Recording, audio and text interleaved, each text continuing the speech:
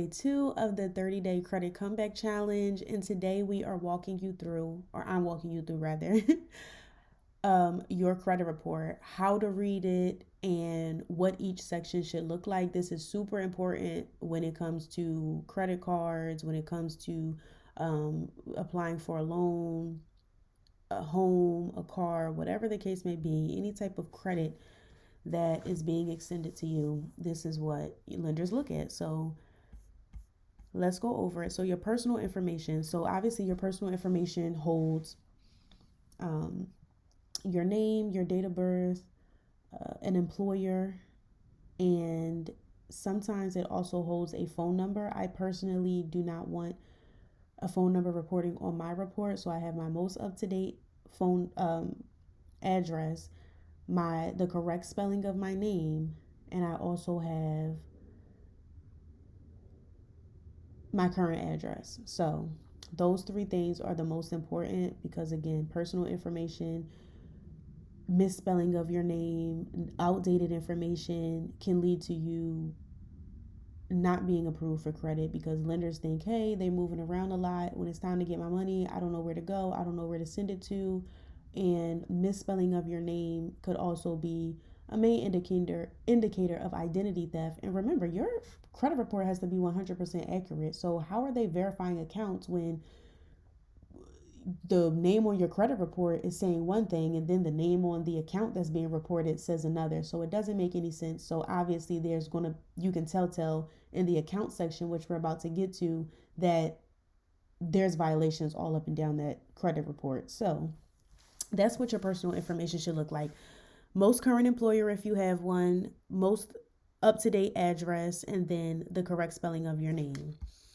The next thing is accounts section. So in the accounts section is literally going to be all of your accounts open and closed. So if you have charge-offs, they will be in the account section.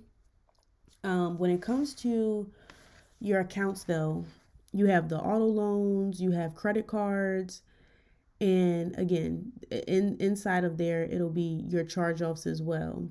What this section should look like, there should be no derogatory remarks. There should be no late payments whatsoever. And each account should be up to date and accurate. So, and that means go from Experian, TransUnion, and Equifax. Experian, TransUnion, and Equifax sometimes reports different things. One credit reporting agency might have something different on a date open than another one. The balance may be different on Equifax than it is TransUnion. You have to make sure it is consistent throughout all three bureaus.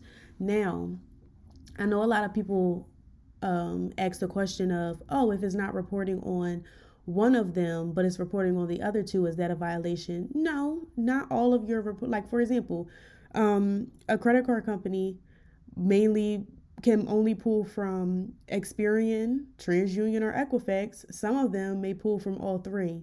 So it's just which one that company is subscribed to report information to. So no, it doesn't have to be on all three reports. If it's not on one report, then it's just not on that report. It's not necessarily a violation. Okay, so that's what that section should look like. No late payments, no charge-offs, and everything should be accurate amongst all three bureaus. If not, which 9 times out of 10, it's not. Week 2, we're going over consumer law and we're getting deeper into consumer law and, drafting up your disputes and things of that nature. But right now, we just need to point out the violations and the things that you can see from your end, and then we'll get into all the meat and potatoes in week 2. But still, this step is super, super important because you need to know how to read your credit report. Collections. So collections is different because unlike with a charge off where it is still with the original creditor, in the collection section, it's all of the accounts that have gone into default that have been sold to third party debt collectors, right? So you might say, oh, I recognize this account, but it wasn't with, ABC Collection Company. It was with Capital One, or it was with Chase, or it was with Navy Federal. So these are all of your collection accounts. Sometimes you'll find collection agencies that say, hey, I'm collecting on behalf of Capital One, or I'm collecting on behalf of the original creditor, and they're not, right? So as we go deeper down, in again, week 2, we'll go over how to spot when a collection agency is lying and what proof to ask for, and some of the telltale signs that normally come along with them saying that, hey, I'm collecting on behalf of the original creditor, but that's not what it says on my report. Okay, so we'll get deeper down into that. Oh, another example of that is like for that you can tell on your credit report. If it's in collections, it's sold to a third party debt collector, right? If it is still like if you get a letter in the mail from ABC debt collector, but it's still reporting as a charge off, that may be an indicator that they may be telling the truth. But again, I'm all for proof, proof, proof, proof, proof. Show me the proof. I'm not taking no debt collector word for nothing. All right. So that's what that. As far as what this section should look like, there should be no collections in this section of your profile, of your credit or of your consumer report rather.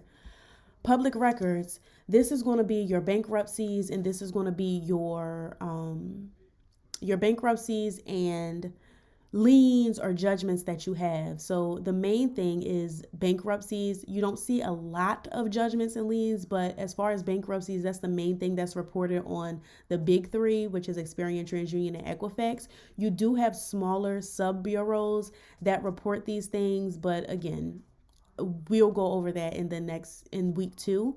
But as of right now, we're focusing on the big three, which is Experian, TransUnion, and Equifax. 9 times out of 10, they will report a bankruptcy. So public records, as far as what it should actually look like for as far as funding purposes, it should look like a clean slate. You shouldn't have any liens, any judgments, or any bankruptcies. Okay, and that I forgot to mention up here. When it comes to accounts, right? When you're looking at the base for, okay, what should my credit profile look like as far as funding is concerned, right? As you go up the ladder, there are going to be things that you need to know or that you need to have on your credit profile to get higher funding. But as far as the basis for, okay, how do I get approved for my first, maybe high limit credit card or something like that, this is what we're going over. And this is why I'm telling you, okay, what should be in the personal information section? What should be in the account section? What should be in the collection section? What should be in the public records section, right? Now, if you're saying, I don't have a credit card, but I want to get approved for my first credit card. What did I just say, y'all? I'm sorry. If you say, hey, I do have my first credit card, but I want to get approved for a high limit credit card, then I would say you do need 2 credit cards that are at least over $2,500 each. And then that's when you'll be able to kind of get in that bracket of higher limit credit cards. Okay.